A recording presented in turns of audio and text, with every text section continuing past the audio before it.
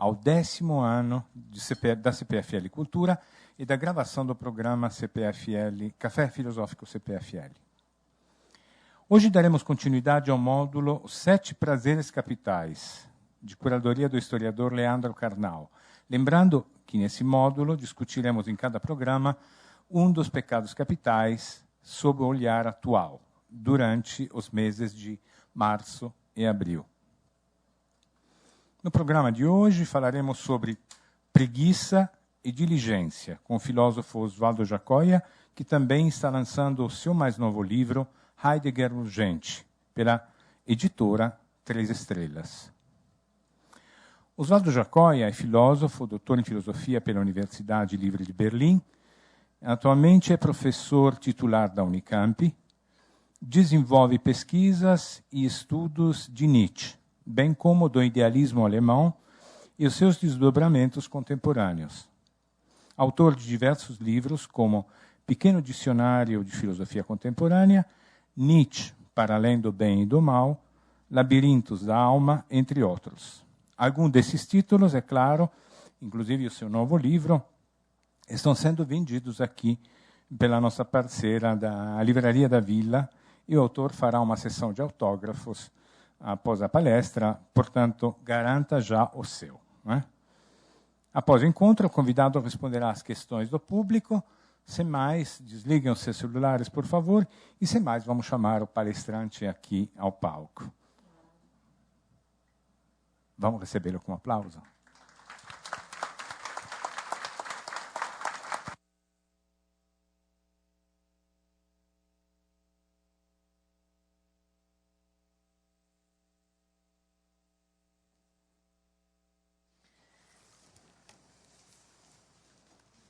Boa noite a todos e a todas. Em primeiro lugar, eu gostaria de expressar o meu agradecimento mais profundo ao meu querido amigo e colega Leandro Carnal, cujo convite me enseja o privilégio de fazer parte dessa programação e, portanto, de retornar à CPFL Cultura e ao convívio com vocês, o que para mim é uma alegria imensa e também uma honra muito grande. Eu gostaria de agradecer também aos responsáveis pelo Café Filosófico da CPFL Cultura, pela oportunidade, cumprimentar a todos os que se encontram fisicamente ou virtualmente presentes e agradecer também pelo apoio e pela solidariedade aqui nessa noite. Muito obrigado. Eu pretendo apresentar a vocês algumas reflexões sobre a preguiça e a diligência, a pedido do meu colega Leandro Carnal. E gostaria de iniciar a minha intervenção lembrando que a inclusão da preguiça entre os 7 pecados capitais está profundamente relacionada a uma certa interpretação de um sentimento que nós conhecemos menos do que a preguiça, que é a assídia. E esta relação entre a assídia e a preguiça, ela está atestada desde os textos mais antigos, ela pode ser encontrada, por exemplo, em Tomás de Aquino, e ela é encontrada também no catecismo atual da Igreja Católica, de que eu cito um curto trecho. Esse trecho diz o seguinte: os vícios podem ser classificados segundo as virtudes que contrariam, ou também eles podem ser reduzidos aos pecados capitais que foram discriminados como tais pela experiência cristã, por Santo João Cassiano, seguido por São Gregório o Grande, e eles são chamados capitais porque geram outros vícios. Esses pecados são, então, o orgulho, a avareza, a inveja, a ira, a luxúria, a gula, a assídia ou preguiça. Nós encontramos isso do mesmo modo, ou pelo menos de um modo bastante semelhante, em São Tomás, na Suma de Teologia, onde São Tomás escreve, aspas, um vício capital é aquele do qual naturalmente procedem outros vícios.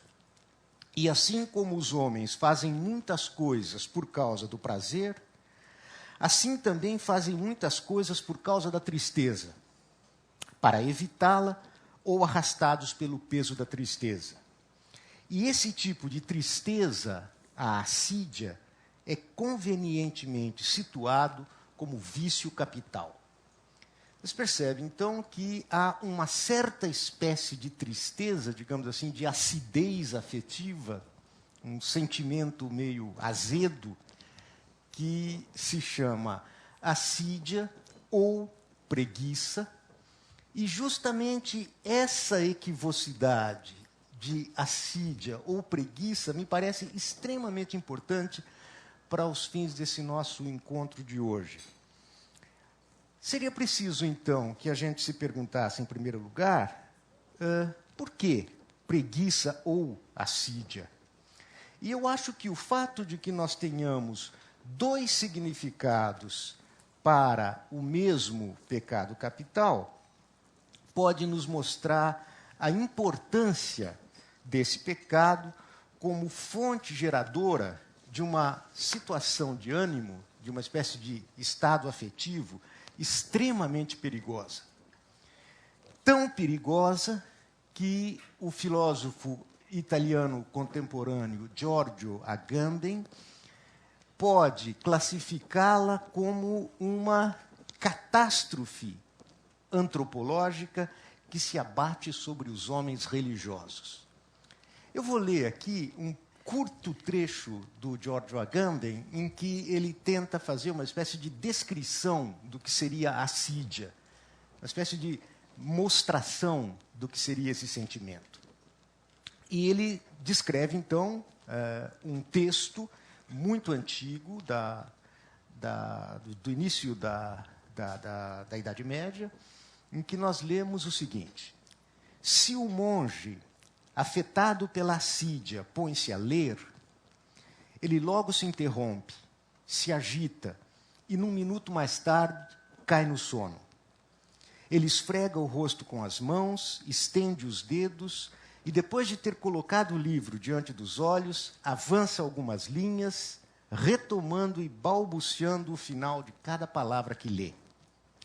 De tempos em tempos, ele enche a cabeça com cálculos ociosos, conta o número das páginas e das folhas dos cadernos, e ele toma ódio pelas letras e pelas belas miniaturas que tem sob os olhos, até que, por fim, fecha o livro, toma um recosto para a cabeça e cai num sono profundo e curto. Fim de citação. Nós vemos aqui, portanto, uma espécie de descrição, uma fenomenologia da assídia, que é uma pintura muito próximo da lassidão, da indolência. O que aproxima a assídia de um certo tipo de sentimento extremamente importante, que é a melancolia. E, de fato, esta melancolia é que constitui a catástrofe que se abate sobre os homens religiosos.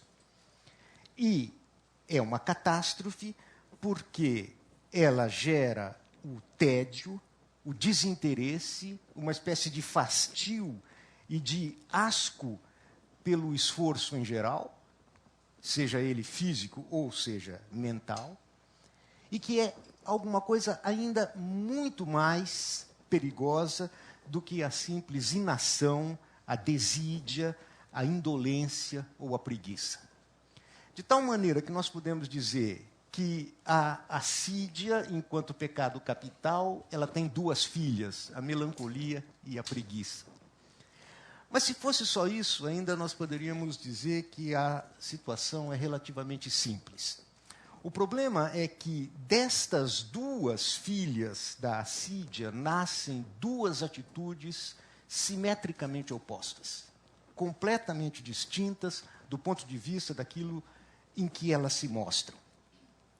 Temos, de um lado, a inércia, a vagabundagem, a improdutividade, isto é, aquilo que para uma sociedade mercantil como a nossa, que valoriza sobretudo como virtude a produtividade, é alguma coisa intolerável.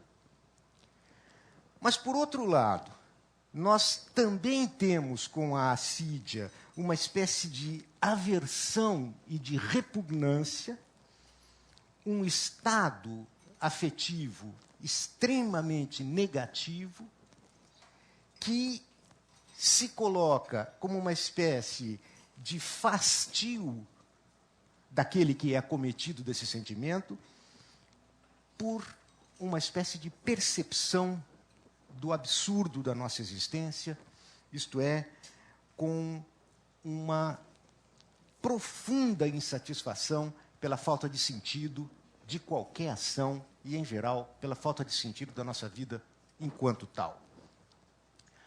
Ora, é justamente esse estado aversivo que é aparentado com a preguiça, mas, por outro lado, é diferente dela, que vai gerar alguma coisa totalmente diferente da indolência, da inação, da lassidão, que é justamente esse nosso ativismo, essa necessidade de uma atividade febril e incessante, justamente para vencer essa repugnância perante uma espécie de sentimento esmagador da miséria das nossas vidas.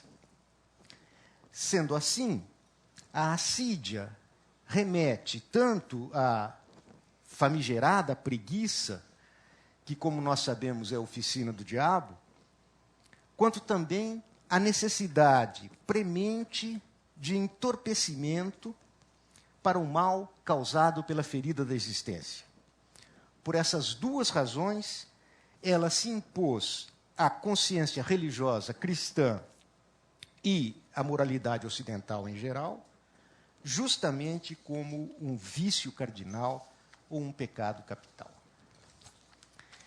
Eu quero tratar, então, destas duas variantes da preguiça, da indolência, da inação, do ócio, por um lado, e, por outro lado, dessa necessidade compulsiva de agitação permanente que funciona para nós como uma espécie de adição ou necessidade de entorpecente. E eu queria trazer para vocês um trecho de Nietzsche, em Assim Falou Zaratustra, onde me parece que esta situação que eu procuro descrever a vocês em linhas gerais aparece tratada por ele sob uma figura. Essa figura é a figura do último homem. Trata-se de uma figura estranha, aparentemente desconcertante, e que aparece nesse texto que eu vou ler aqui a vocês, justamente ao lado de uma outra figura, que é o seu contrário, que é a figura do além do homem ou do super-homem.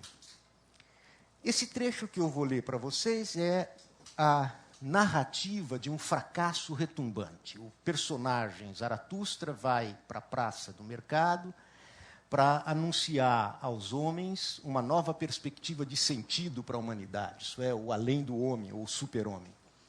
E constata que tudo aquilo que as pessoas que estão reunidas na praça querem é o inverso do super-homem. O que eles querem é justamente o último homem. Então eu vou ler para vocês uma passagem a esse respeito. A respeito da significação da figura do último homem e da sua relação com o nosso tema. Que é o amor? Que é a criação? Que é a nostalgia? O que é a estrela? Assim pergunta o último homem e pisca os olhos. A terra se tornou pequena então, e sobre ela saltita o último homem, que torna tudo pequeno. A sua estirpe é indestrutível como a pulga. O último homem é o que vive mais tempo. Nós inventamos a felicidade, dizem os últimos homens, e piscam os olhos. Abandonaram as regiões onde é duro viver, pois a gente precisa de calor. A gente, inclusive, ama o vizinho e se esfrega nele, pois a gente precisa de calor. Adoecer e desconfiar, eles consideram perigoso. A gente caminha com cuidado. Louco é quem continua tropeçando com pedras e com homens. Um pouco de veneno, de vez em quando, produz sonhos agradáveis. E muito veneno, por fim, para ter uma morte agradável. A gente continua trabalhando, pois o trabalho é um entretenimento, mas evitamos que a diversão nos canse. Já não nos tornamos nem pobres, nem ricos. As duas coisas são demasiadamente molestas. Quem ainda quer governar? Quem ainda quer obedecer? As duas coisas são demasiadamente molestas. Nenhum pastor e um só rebanho. Todos querem o mesmo, todos são iguais. Quem sente de outra maneira, segue voluntariamente para o hospício. A gente ainda discute, mas logo se reconcilia, senão estropia o estômago. Temos o nosso prazerzinho para o dia e o nosso prazerzinho para a noite. Mas honramos a saúde. Nós inventamos a felicidade, dizem os últimos homens, e piscam o olho. Final da citação do texto de Nietzsche. Ora, o que eu quero tentar mostrar a vocês aqui é que essa figura do último homem é tanto o signo quanto a alegoria de uma visão fantasmagórica. Com base nela, acredito que nós possamos entrever uma das mais profundas e inquietantes suspeitas de Nietzsche, aquela que o colocava diante dos seus dois sentimentos mais implacáveis: a compaixão pelo homem moderno e o asco despertado pela visão da sociedade contemporânea.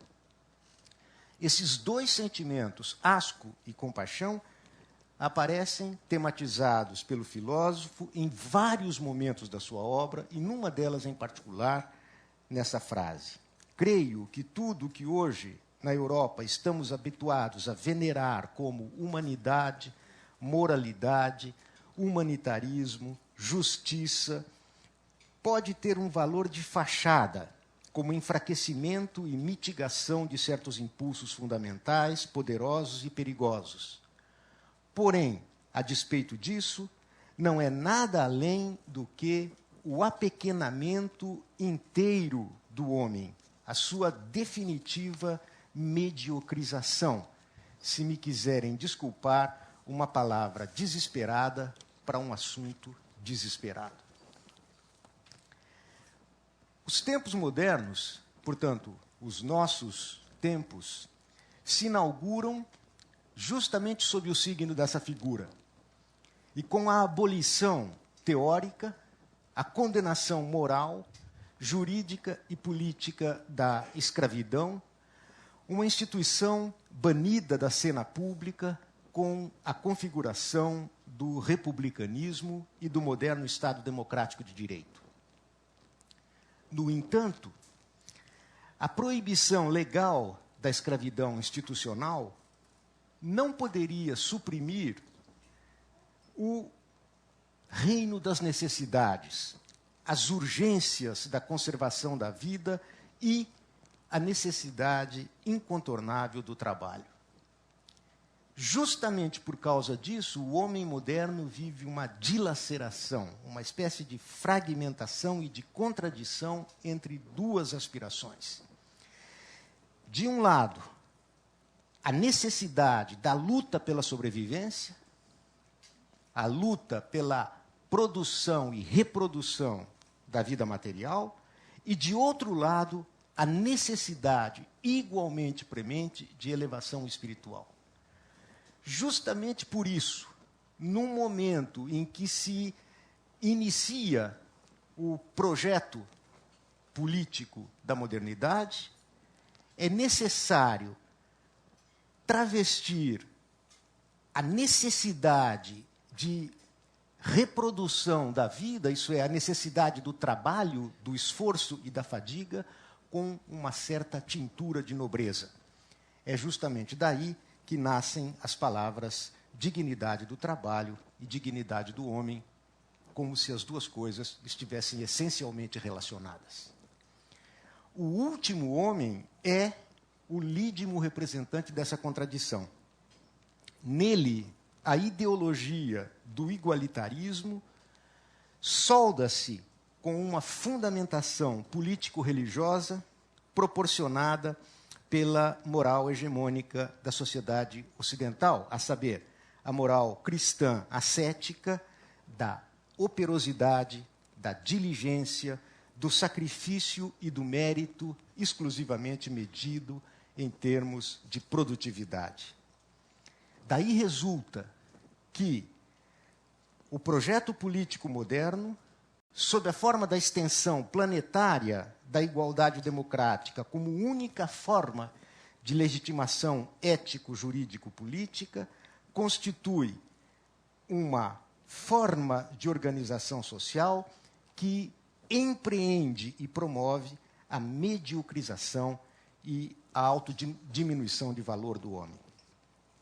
É justamente sob a égide do liberalismo burguês, com as suas aspirações universais à igualdade, que se opera uma tentativa de universalização das instituições democráticas e, a partir daí, o nivelamento do homem transformado em rebanho uniforme e coletivo anônimo de indivíduos laboriosos.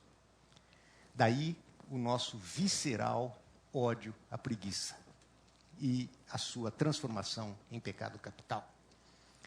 Ao instituir-se como valor absoluto, submetendo a si toda e qualquer outra forma de sentimento de valor e parâmetro de avaliação, as ideias modernas, ao mesmo tempo em que empreendem um efeito de nivelamento massivo do homem ocidental, satisfazem uma vontade de poder tirânica.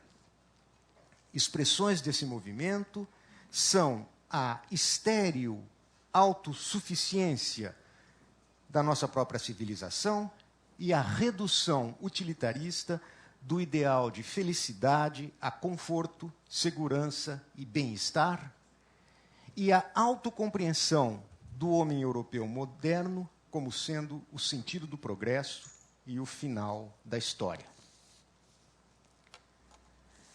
Nietzsche procura descrever todo esse longo processo que conduz a esta hegemonia do último homem, tal como se por ele se produzisse não apenas uma reificação do humano, mas um nivelamento identificador, que pode ser considerado como um processo histórico em acelerada marcha triunfal que emerge da Revolução Industrial. Trata-se de um extraordinário paradoxo, de uma vontade de poder que se quer diminuída e que, para tanto, necessita de uma justificação filosófica e ética. Aspas, demonstrar a necessidade de que há um emprego sempre mais econômico do homem e da humanidade, há uma sempre mais firmemente intrincada maquinaria de interesses e rendimentos, produz um processo de adaptação, de nivelamento, que eu denomino chinesismo superior, escreve Nietzsche, preparatório da maquinalização da humanidade em grande estilo. Se temos, primeiramente, escreve ele num outro texto. Uma administração econômica global da Terra, então a humanidade, como maquinaria, pode encontrar a serviço dela o seu melhor sentido, como um imenso mecanismo de engrenagens sempre menores, sempre mais sutilmente adaptadas, como um sempre crescente tornar-se supérfluos de todos os elementos que dominam e comandam, como um todo de imensa força cujos fatores singulares representam forças mínimas, valores mínimos, maquinaria global e solidariedade de todas as engrenagens para promover um máximo de exploração do homem. Vê-se, o que eu combato, escreve Nietzsche, é uma espécie de otimismo econômico. Como se o crescente prejuízo de todos, também o proveito de... Como se, com o crescente prejuízo de todos, também o proveito de todos tivessem necessariamente que crescer. Porém, o que me parece ser o caso é exatamente o contrário. O prejuízo de todos se soma numa perda global. O homem se torna menor, de modo que não se sabe mais para que serviu esse formidável processo. Um para quê? Um novo para quê? É disso que a humanidade necessita. Bem, vemos então aqui que, em face desta descrição que eu procurei apresentar a vocês do último homem e do seu resultado, ou seja, esse enorme prejuízo econômico de reificação e nivelamento global da humanidade em escala planetária, o que o Nietzsche se empenha em fazer é buscar uma nova perspectiva de sentido.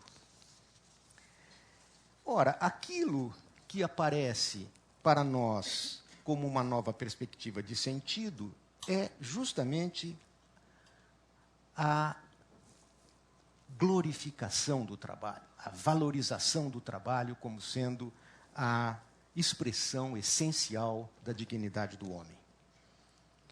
Eu penso que Nietzsche aqui é talvez um dos primeiros e mais radicais apologistas do ócio e da preguiça.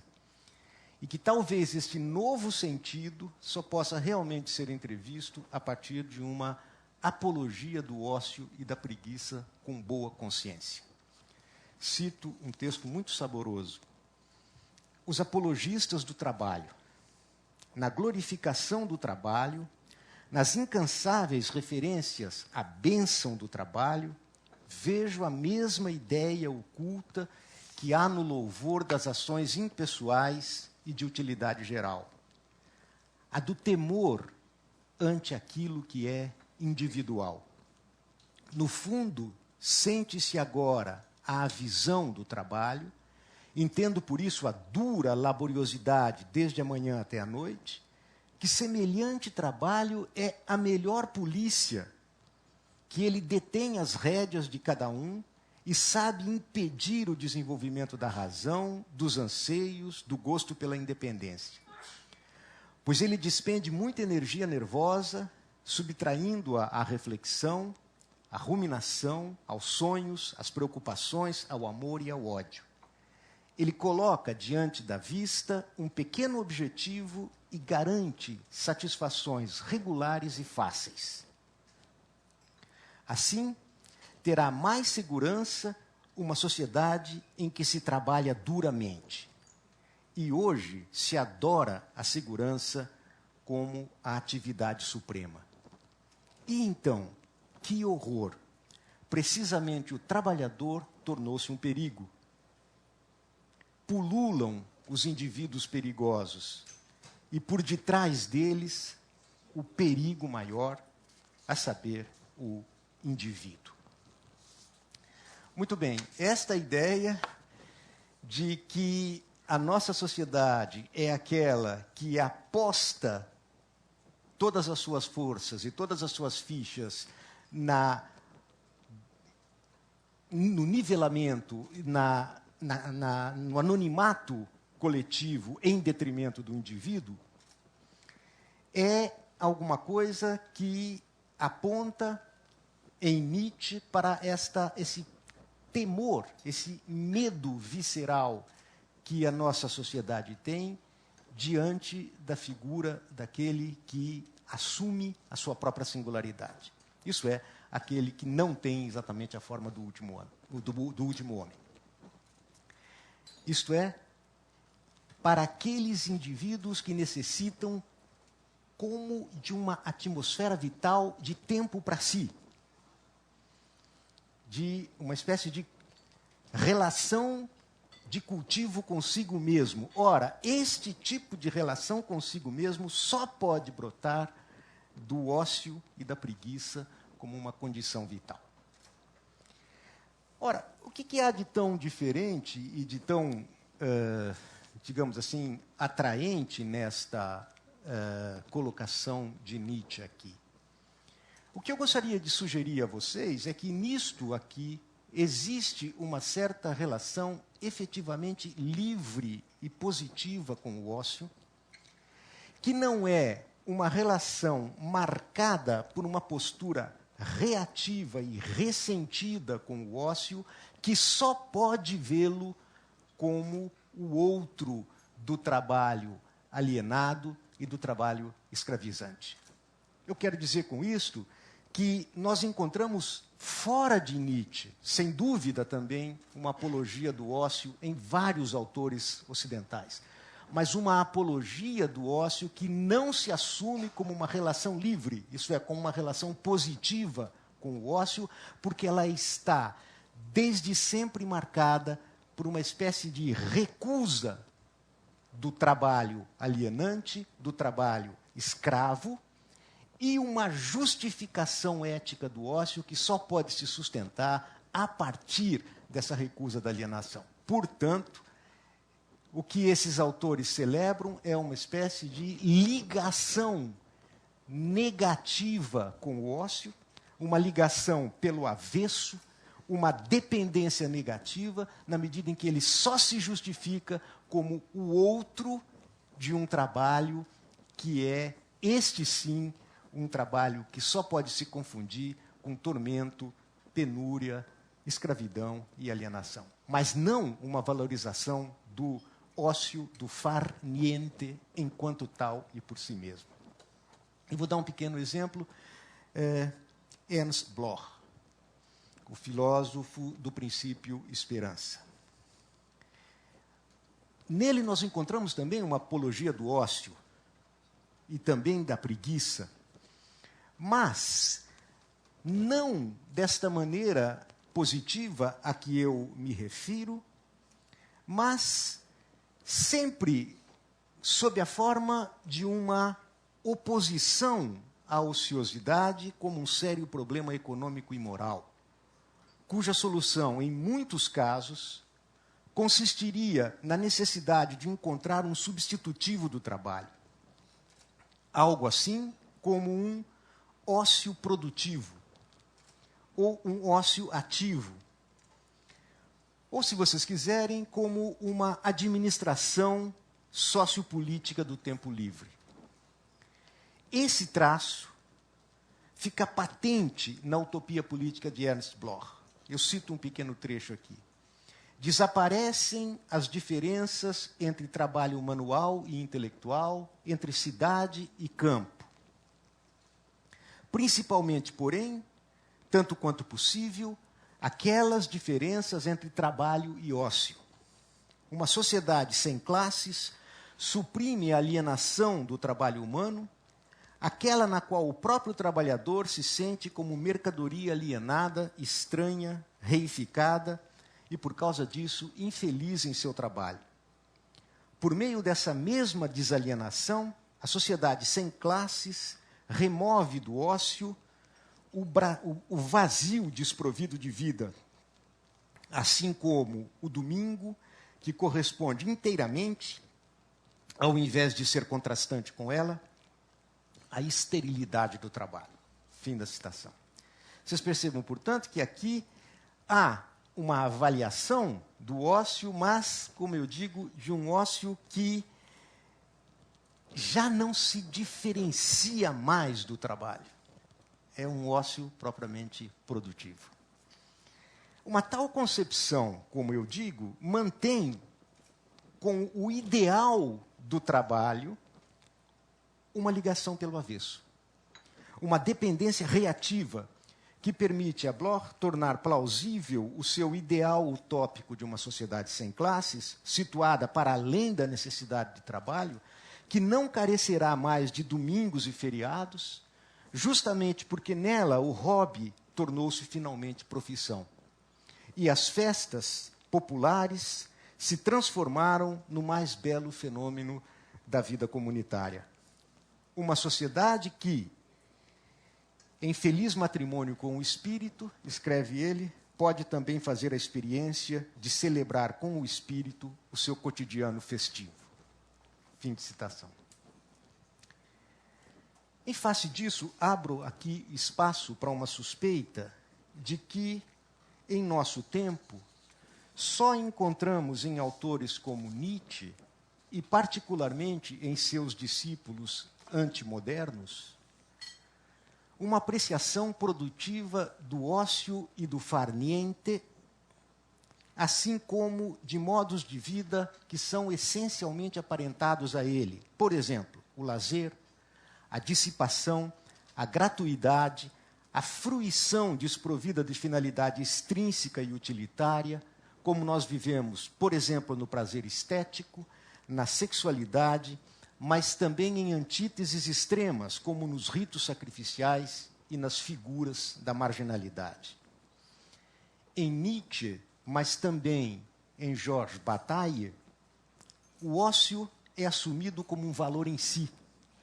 É acolhido e afirmado no registro pleno do inútil, do não instrumentalizável, do desperdício e da gratuidade pura.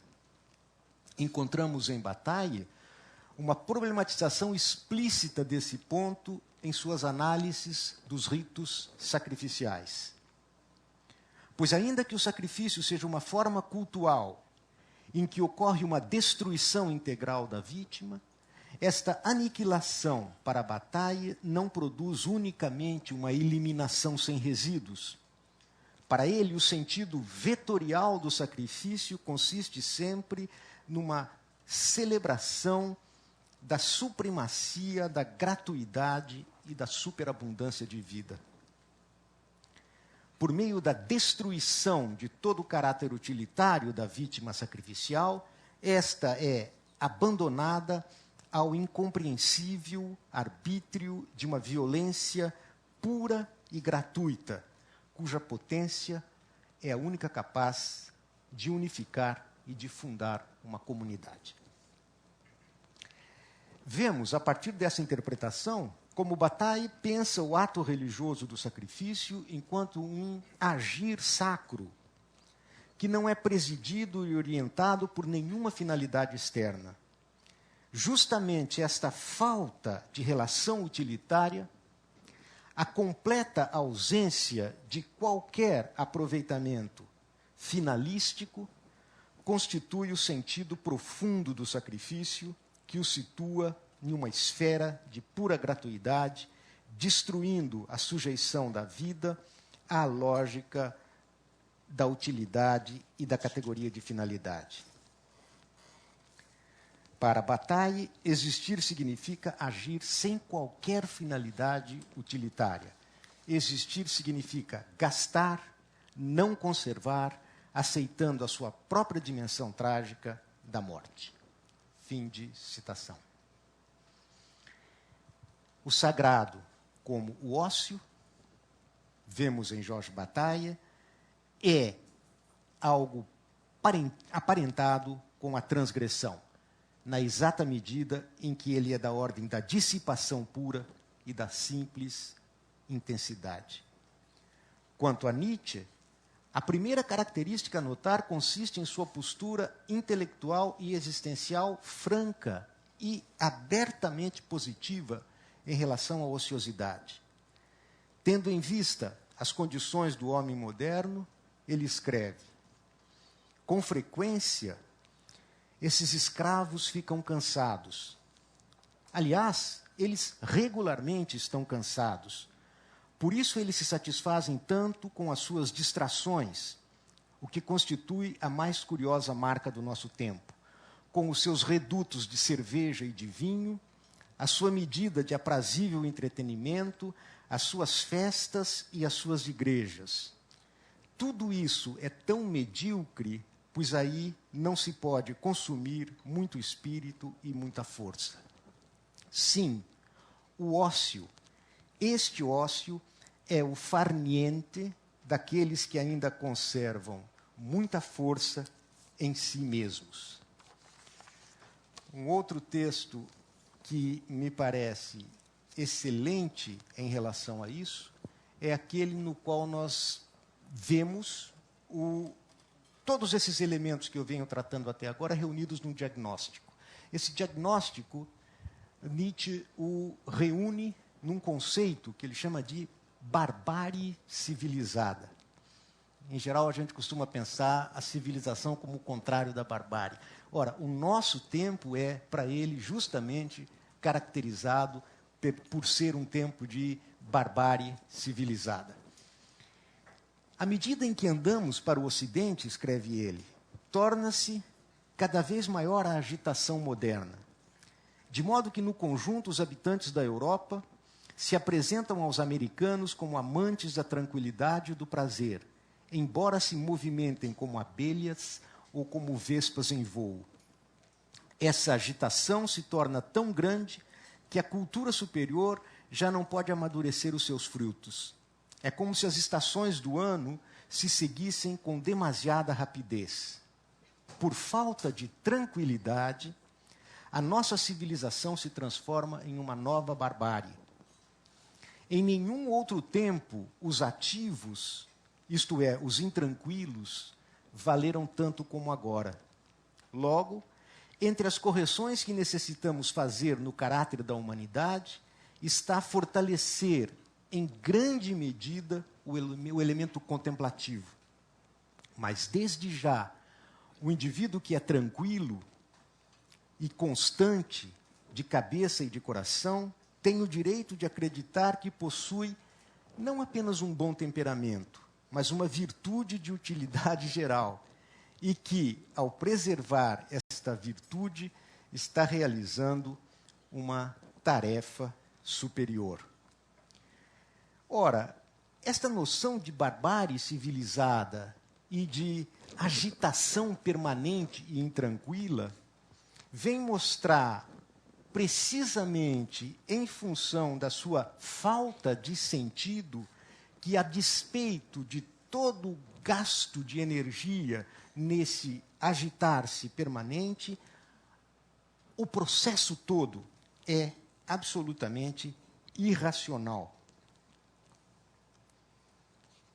Somos mulheres e homens cuja derradeira e insana virtude consiste em tentar recolher em retrospecto, num plano de conjunto dotado de sentido, justamente aquilo que em nós nada mais é do que caco e fragmentos de experiências vividas.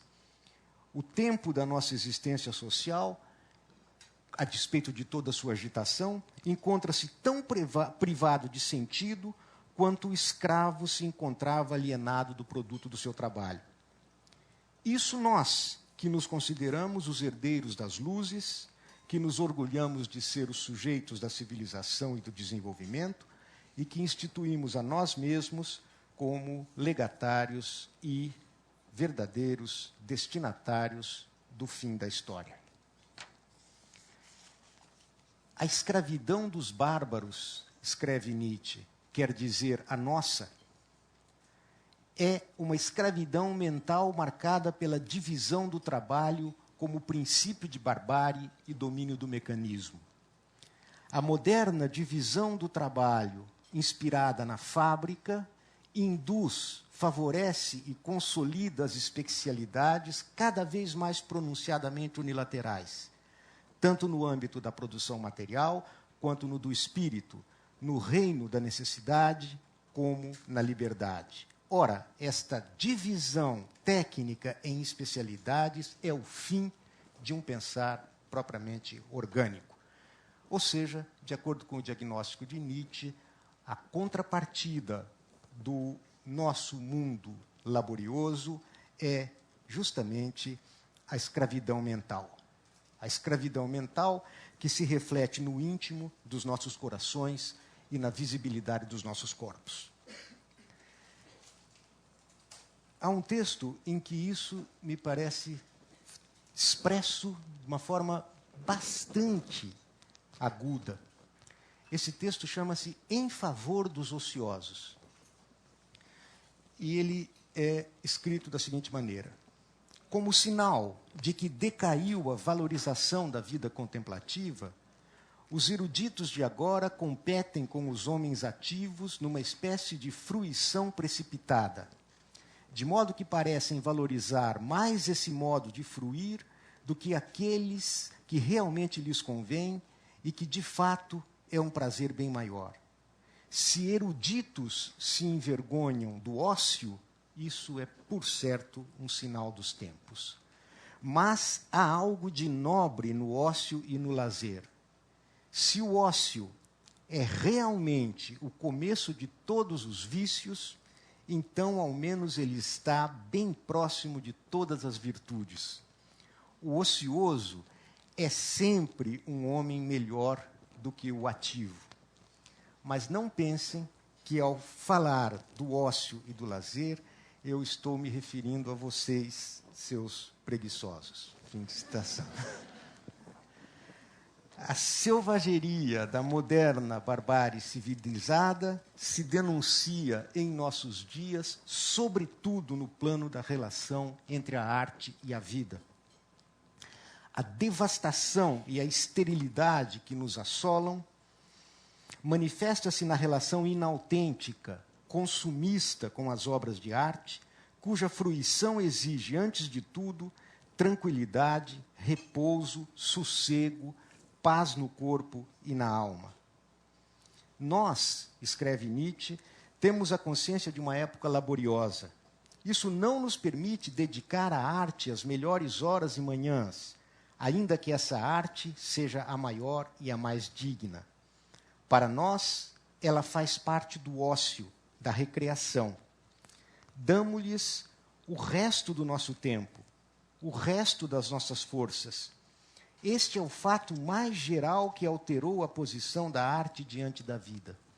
Ao fazer grandes exigências de tempo e energia aos seus receptores, ela tem contra si, a arte tem contra si a consciência dos laboriosos e dos capazes. Fim de citação. A agitação laboral moderna, no entanto, nem sequer pode ser chamada de trabalho. Considerada em sua verdade, ela é apenas dissipação denegada. Ela nada mais é do que um fazer de conta, do que o contrário da virtude. O ativismo agitado é antes vício e adição. Uma antiga sabedoria zen budista considerava que os mestres e sábios só adquiriam a perfeição que é própria dos homens simples quando fossem capazes de experimentar a mútua necessidade da ação e da contemplação, de modo que, na comum exigência de ambas, restava abolida a oposição excludente entre agir e não agir. Cito um antigo texto zen budista. Os antigos diziam que estavam ativos durante todo o dia e, no entanto, nada tinham feito. Visto a partir da percepção imediata, em meio à atividade domina o repouso. Nós, então, e só então, agimos sem agir. Fim de citação. Isso porque, para essa modalidade de sabedoria oriental, é somente em meio à mais intensa atividade que pode vigorar o repouso, na consciência de que a atividade qualitativamente superior é aquela em que agimos sem necessidade de agitação, de modo que, em meio à mais intensa atividade, impera a ausência de movimento. Para nós, todavia, seria de grande utilidade gastar um pouco de tempo para reaprender a lição da sempre sóbria e instrutiva filologia. Conquanto de etimologia incerta, a palavra latina labor, trabalho, lavoro, labor, travail, remete à ideia de dor, tormento, agonia, sofrimento, esforço, cansaço, pena, e extrai esta rede de significações da sua relação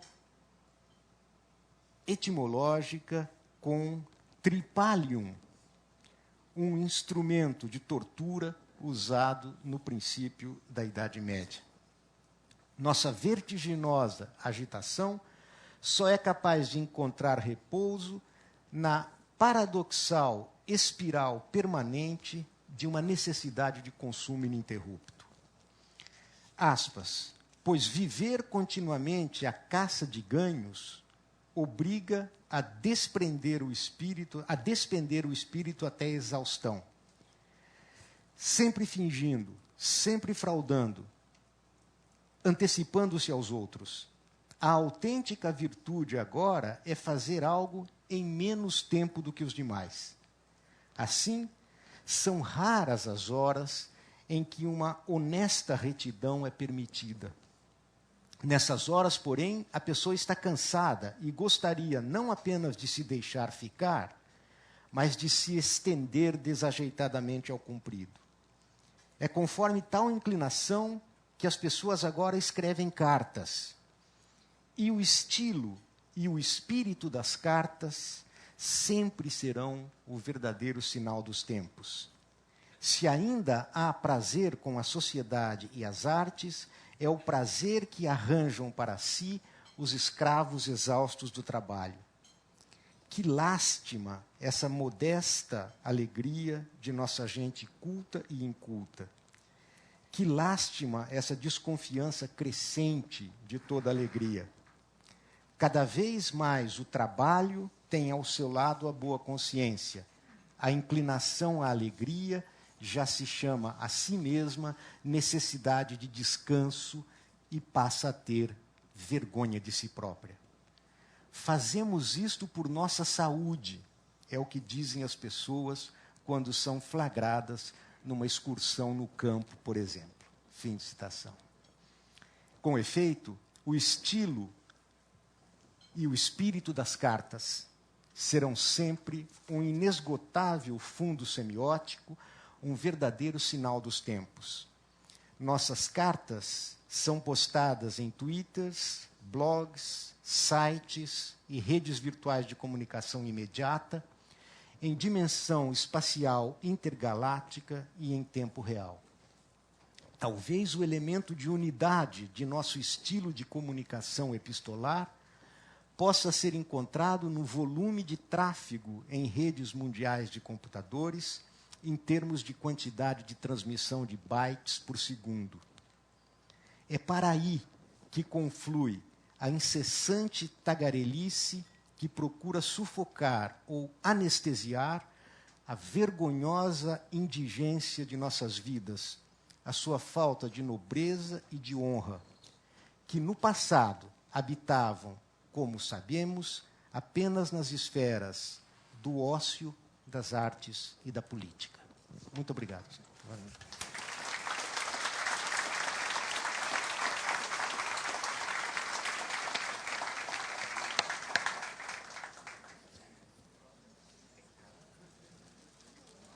Com licença.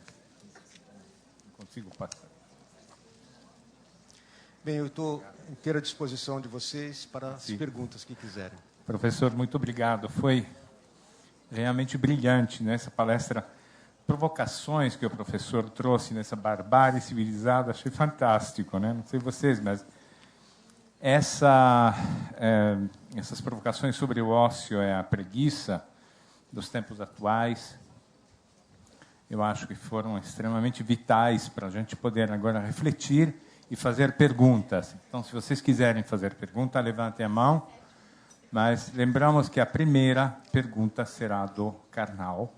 Ele já gravou essa pergunta, então estamos mandando essa pergunta ao ar para todos vocês. Boa noite a todos que nos assistem nessa noite. Boa noite aos que nos acompanham pela internet. Boa noite aos colegas e amigos que vêm aqui falar sobre esse ciclo em que tratamos de 7 virtudes, 7 pecados, 7 defeitos e 7 qualidades, que são um tratado geral sobre o comportamento humano. É um prazer ter ouvido essa exposição do filósofo Oswaldo de Acóia e gostaria também de sugerir uma questão, pensando que os gregos ofertaram ao mundo a possibilidade de que, para ser um filósofo, você deveria ser alguém com ócio, deveria ser dominantemente contemplativo.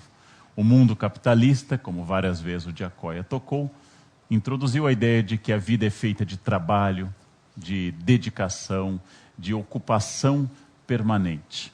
Apenas para provocar, pergunto ao meu amigo de Acóia, é melhor morrer de estresse ou morrer de tédio, já que todos morreremos de qualquer jeito? Obrigado.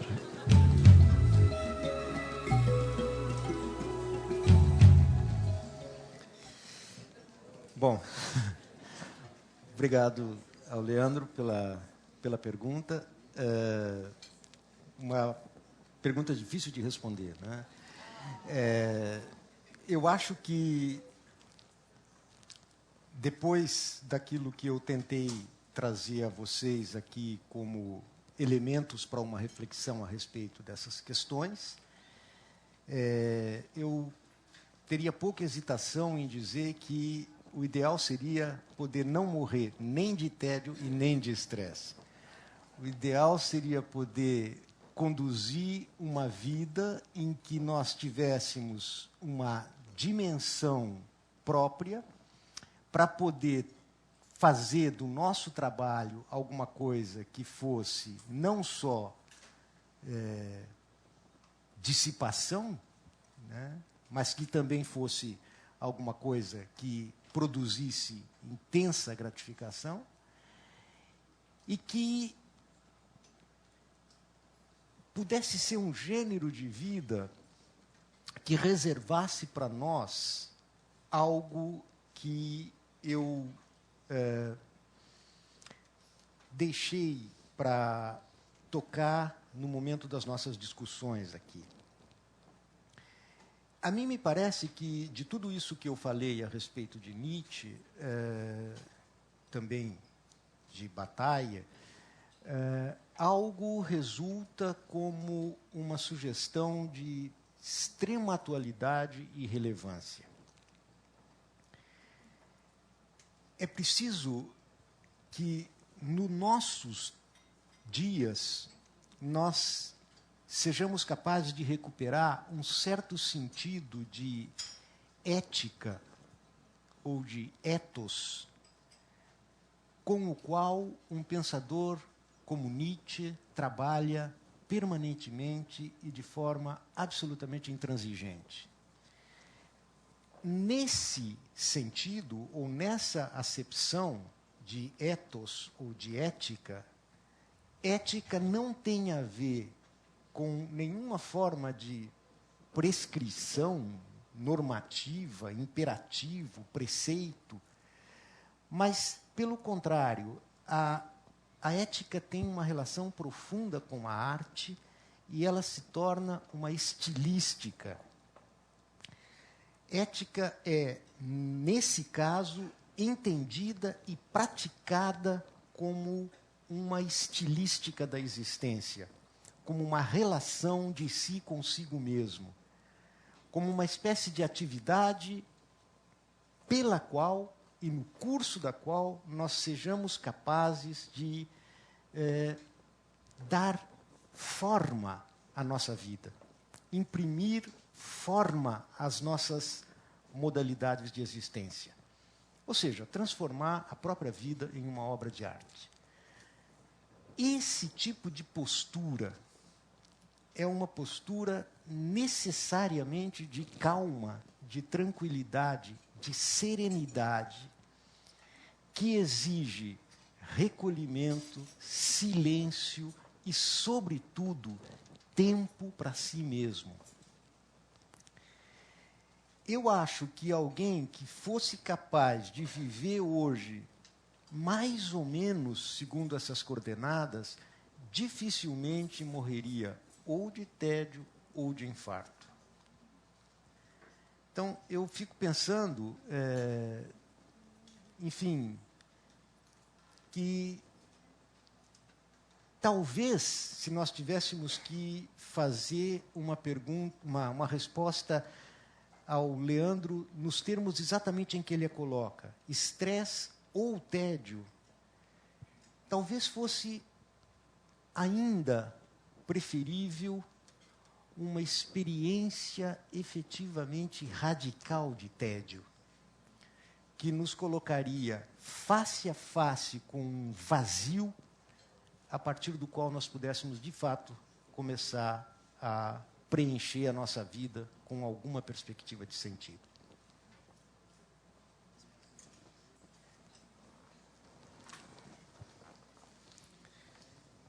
Boa noite, professor.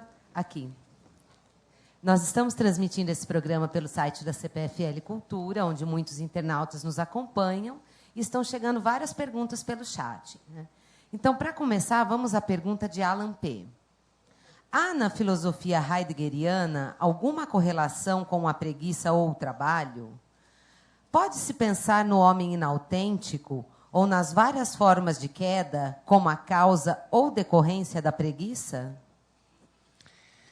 Eu agradeço bastante essa pergunta, não só porque ela guarda uma profunda relação com o tema da minha intervenção aqui, mas também porque ela me dá a oportunidade de fazer alguma menção ao livro que acaba de ser lançado. A minha primeiro elemento de resposta seria a questão da queda e da inautenticidade não pode ser considerada em termos simplistas como algo necessariamente mal ou ruim ou algo a ser evitado. Não. Esta condição de vida inautêntica é uma condição na qual todos nós estamos mergulhados. E é justamente a partir dessa inautenticidade é que nós podemos, alguma vez, fazer um trânsito para uma perspectiva de um si próprio e de uma vida autêntica. Mas, precisamente, este trânsito, essa transição, né, do inautêntico, do impessoal, para o autêntico e o si próprio, é alguma coisa que só pode ser feita se nós estivermos em condição de evitar essas duas máximas tentações, que são as tentações do nosso mundo contemporâneo. Isto é, o ativismo e a tagarelice. Ou seja, se nós pudermos compreender que esse ativismo incessante é a melhor maneira de nós nos dissiparmos a nós mesmos, e essa compulsão, essa necessidade imperiosa de estar falando o tempo todo, essa tagarelice que é muito própria do palavrório nosso, que hoje, então, em função, inclusive, destas novas tecnologias, ela transforma as nossas sociedades em uma sociedade do palavrório incessante. Talvez, se a gente pudesse evitar essas duas grandes tentações, a gente efetivamente pudesse ter mais tempo para o silêncio, ter mais tempo para o recolhimento e, portanto, ter mais tempo para si próprio e para a possibilidade de uma vida efetivamente autêntica e não simplesmente impessoal. Aliás, existe uma frase do Nietzsche que eu acho que, com toda certeza, nós poderíamos aplicar nesse contexto a Heidegger também, que é mais ou menos a seguinte, eu cito de cabeça: quem não tem 2/3 do seu tempo livres para si próprio é escravo, seja ele banqueiro, capitalista, ou professor universitário, ou operário.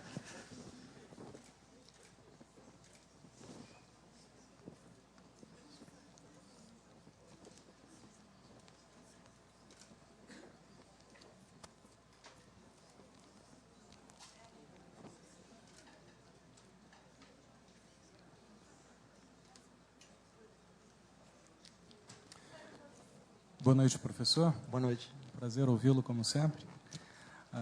Um prazer em vê-lo também. A minha pergunta precisa percorrer um pouquinho a trajetória aí da preguiça na Bíblia para a gente chegar hoje. Quando no Gênesis, uma das primeiras consequências, né, imediatas do pecado original é aquilo, né, do trabalho, né, do suor, colherás, enfim. Logo depois, né, a gente tem a admoestação, vai ter com a formiga, o preguiçoso. E tudo isso, naturalmente, até chegar à parábola dos talentos, né, quando cria um terrorismo suficiente para desenvolver toda essa ética que Max Weber bem explicou, né, da produtividade como uma necessidade ética a partir de um princípio devocional, espiritual, uma compreensão religiosa mesmo. Isso desemboca religiosamente, devocionalmente, nesse quadro que o senhor tão bem apontou. A primeira pergunta dentro dessa perspectiva sim, parece bastante atraente a ideia de termos a possibilidade de nos dedicarmos à política e à filosofia de maneira tão aristocrática, por assim dizer, numa sociedade que, de alguma maneira, precisa de pessoas que construam o palco onde essa palestra é feita e, de alguma maneira, façam essa máquina acontecer de uma maneira que parece um pouco difícil de acreditar que pessoas tenham por hobby e uma sincronicidade entre o seu hobby e o seu trabalho em construir palcos ou a juntar transistores ou coisas semelhantes. Então, de alguma maneira, me parece como fugir dessa natureza aristocrática, dessa reflexão. E, por outro lado, a minha segunda pergunta é que justamente no próprio Sermão da Montanha, o próprio Cristo diz assim, né, não estejais ansiosos com o que comer e beber, olhai os lírios do campo e os passarinhos, hein, a quem Deus tem provido. Né? Então, gostaria que o senhor tecesse algumas considerações a respeito disso. Muito obrigado. Bem, sou eu quem agradece a pergunta, manifesta a pertinência aqui e em particular porque ela me dá um ensejo de tocar em algumas questões que eu acho de máxima importância. O senhor Giancarlo se referiu ao termo provocação. Você sabe muito bem, talvez um dos recursos, né, estratégicos destes textos que eu trouxe aqui, né, é precisamente o efeito provocativo que eles mobilizam. Isso é deliberado no caso da filosofia do Nietzsche, né? Então, por exemplo,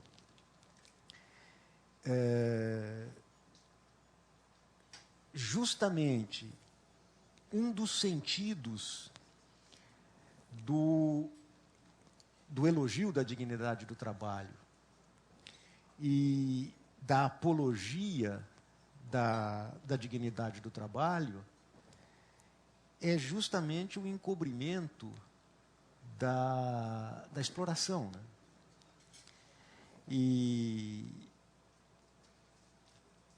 E o esquecimento de que, para os gregos, mas não só, né, aquilo que tinha contra si a má consciência era justamente o trabalho. O que era, digamos, o que portava o sinal da infâmia era justamente o trabalho. Tudo se passa, portanto, como se nós tivéssemos feito uma inversão radical. Quer dizer, o mundo moderno é aquele que troca os sinais e vai colocar lá onde você tinha o estigma da servidão e da necessidade, lá você vai colocar o valor propriamente positivo. E isto, é cruel a história, mas isso justamente para garantir que se possa continuar perpetuando a relação de dominação e de exploração. Justamente porque a nossa sociedade não pode funcionar sem isso. Então, esta justificativa edulcorada de uma legitimação moral e religiosa é a contraface de um reconhecimento mudo da necessidade da exploração. E precisamente isso que você usou, aliás, é interessante que você tenha trazido a palavra, né, aristocracia. Essa é uma outra palavra que faz cócega nos nossos ouvidos, quer dizer, ela é politicamente incorreta, ela é, digamos, insuportável para nós. Ora, quando Nietzsche usa o termo aristocracia do espírito, o que ele está querendo fazer é provocar justamente um efeito de distanciamento. Ou seja, a modernidade está tão colada na nossa vista que nós não podemos exercer nenhuma espécie de crítica em relação a ela, simplesmente porque nós não vemos.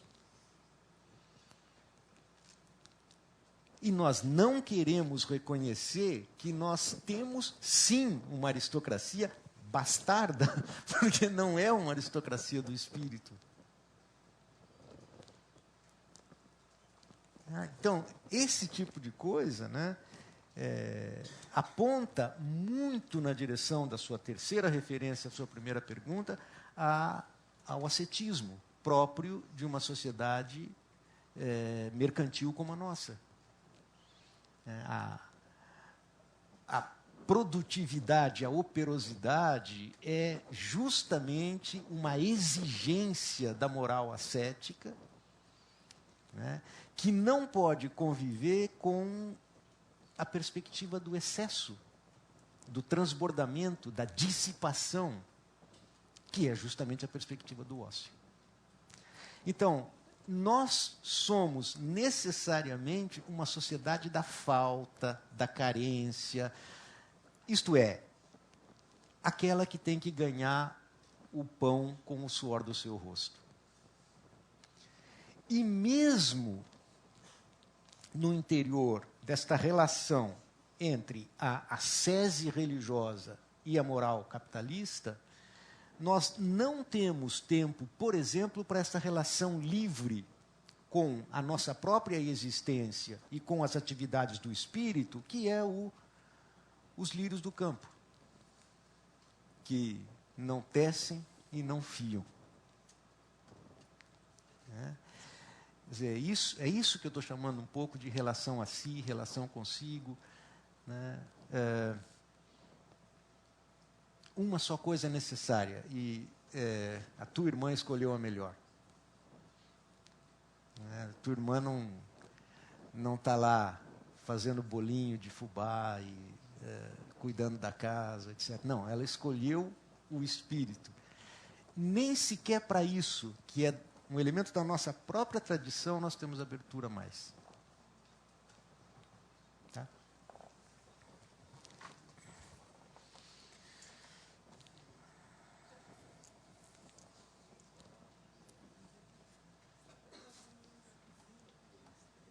Boa noite, Jacóia. Boa noite. A A minha pergunta, ela ia exatamente nesse sentido do que você acabou de falar. Você apresentou aqui uma postura ética que o indivíduo deveria seguir diante dessa catástrofe que é a impossibilidade de lidar com felicidade, trabalho. Isso. E a minha pergunta é, eu fico perplexa diante do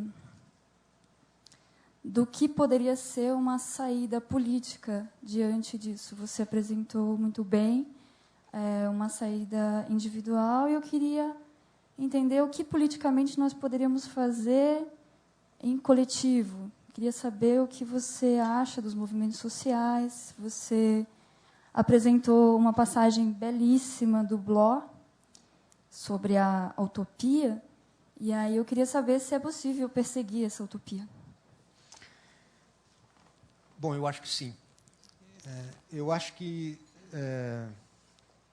se nós podemos falar do ponto de vista de uma saída individual, de uma espécie de estilística da existência e de trabalho ético sobre si mesmo, talvez a gente possa,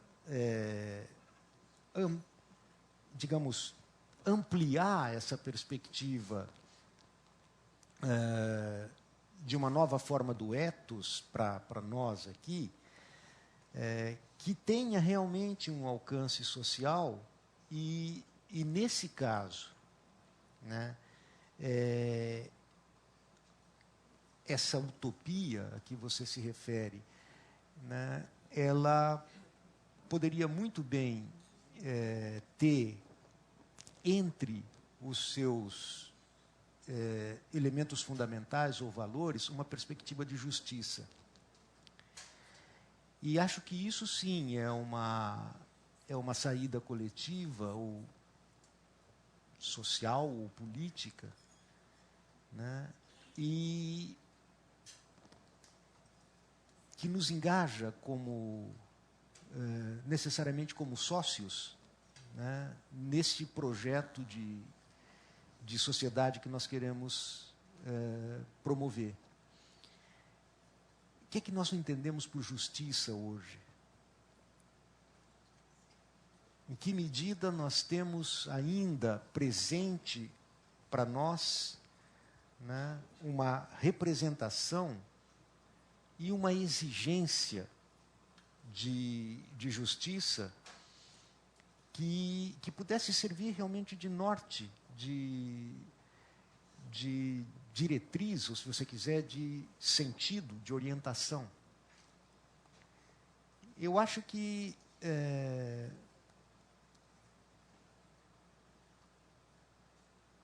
essas preocupações que têm a ver com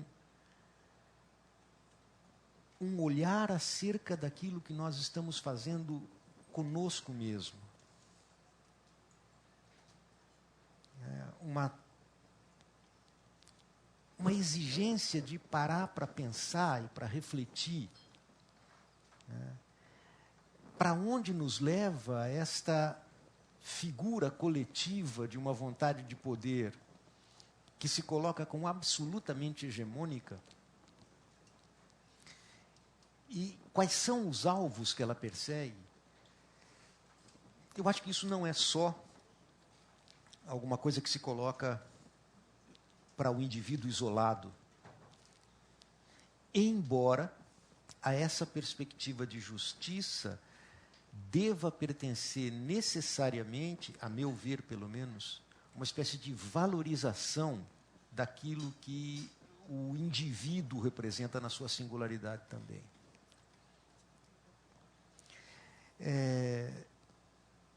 Eu tenho a impressão que uma diretriz por onde nós podemos pensar produtivamente essa questão seria a partir da categoria de instrumentalização. Uma reflexão e uma crítica da instrumentalização. Quais são os limites que nós poderíamos propor, limites éticos, mas políticos também, para a instrumentalização das diferentes esferas da nossa vida? Aonde nós podemos encontrar certos redutos no interior dos quais nós possamos refletir sobre esta, digamos, avalanche da instrumentalização, que nos força a pensar sempre em termos estratégicos, né? A tomar qualquer decisão em termos de uma estratégia, digamos, fundamentalmente mercantil. Então, hoje, nós temos problemas imensos do ponto de vista da instrumentalização da nossa vida inteira. E eu acho que nós pensamos muito pouco, né, acerca da extensão e da profundidade dessa instrumentalização.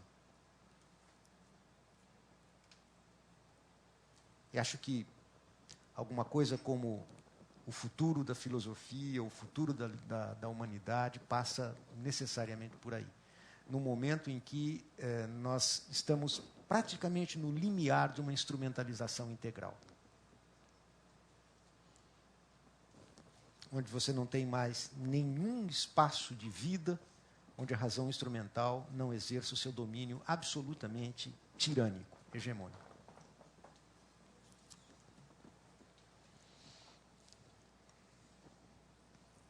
Vamos agora para a pergunta da Lara Pinheiro, professor.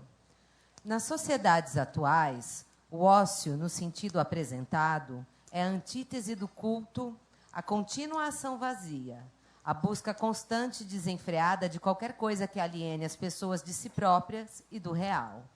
Professor, o senhor acredita que o ócio é para as massas?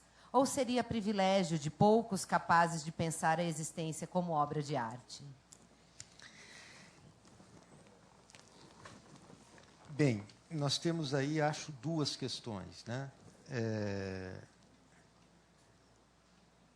Não resta a menor dúvida de que nós encontramos nessa questão da estilística da existência ou da vida como obra de arte, uma espécie de proposta filosófica existencial que se dirige fundamentalmente ao indivíduo. O que nós temos que nos perguntar é justamente o que é que nós entendemos por massa. Eu acho que, se nós compreendermos por massa um certo tipo de fenômeno histórico bastante datado, que é aquilo que se produz em uma sociedade de massa, o que você tem é justamente essa espécie de mediocrização, pasteurização, uniformização e, sobretudo, reificação ao que o Nietzsche se referia.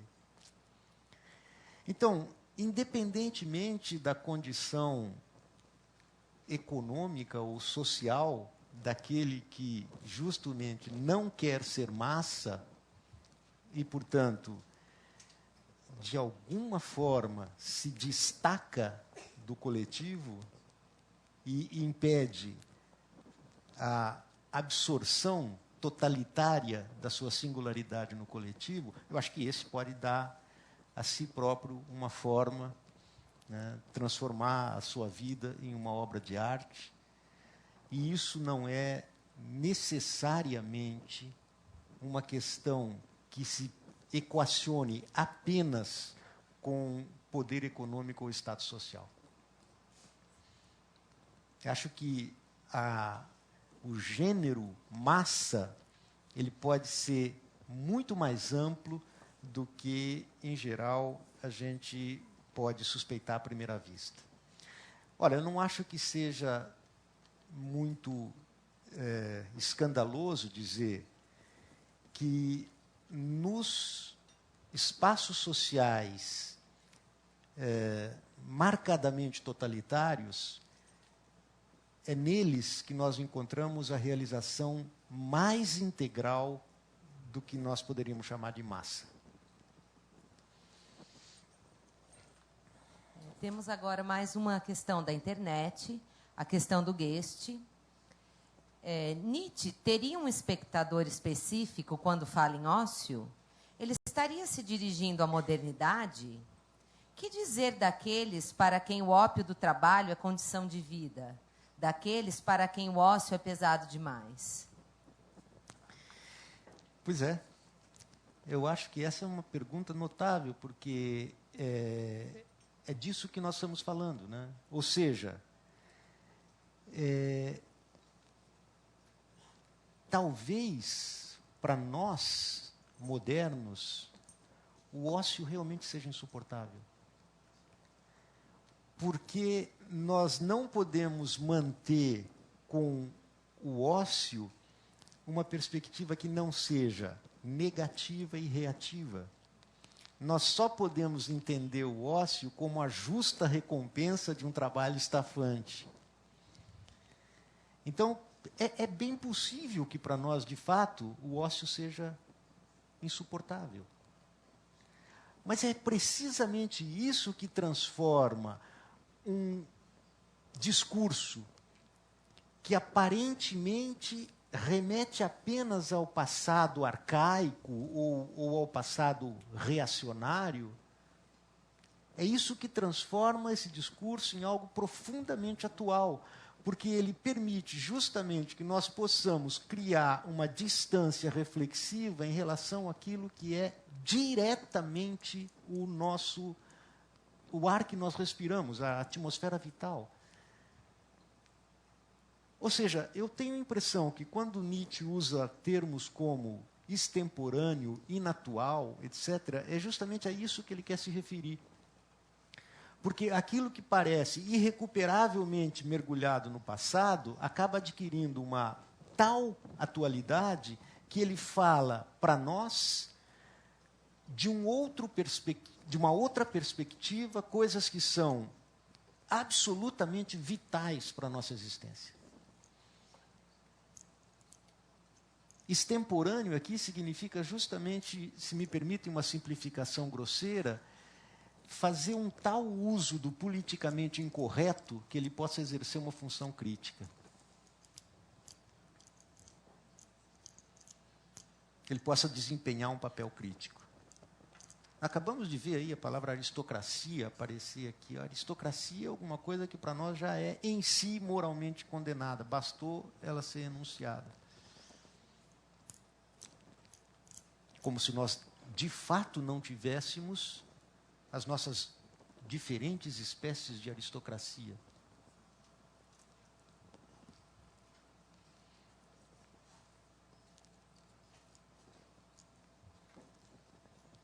Bom, tem mais alguém que gostaria de fazer uma pergunta?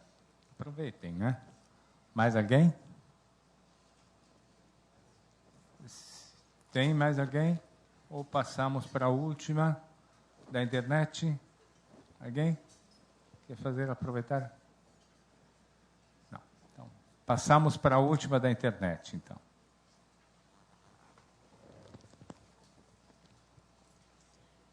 Mais uma questão do guest.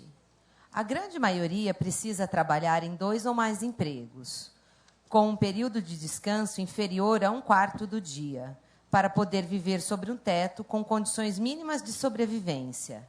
Esse discurso é uma proposta filosófica existencial que se dirige a uma maioria privilegiada economicamente?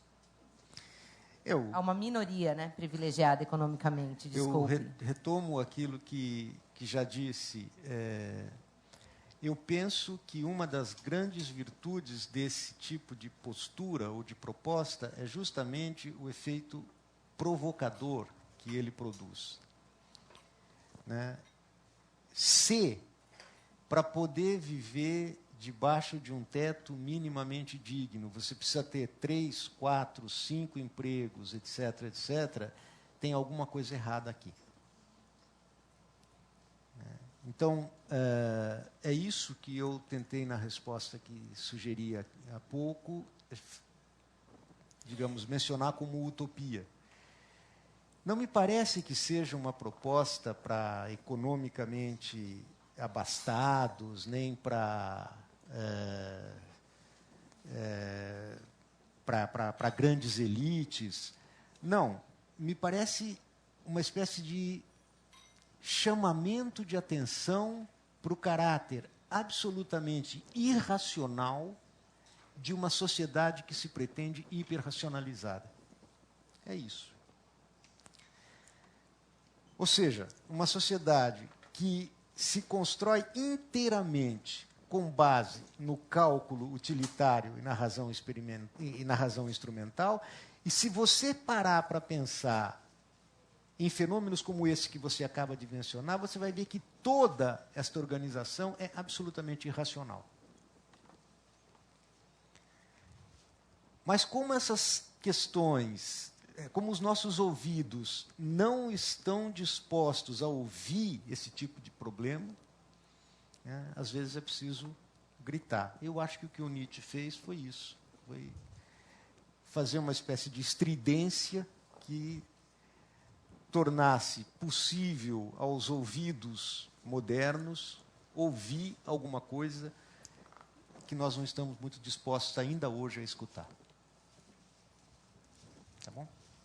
Bem, eu agradeço a vocês de todo o coração pela presença, pela atenção, pela generosidade desse nosso diálogo, nessa interlocução. Uma boa noite a vocês.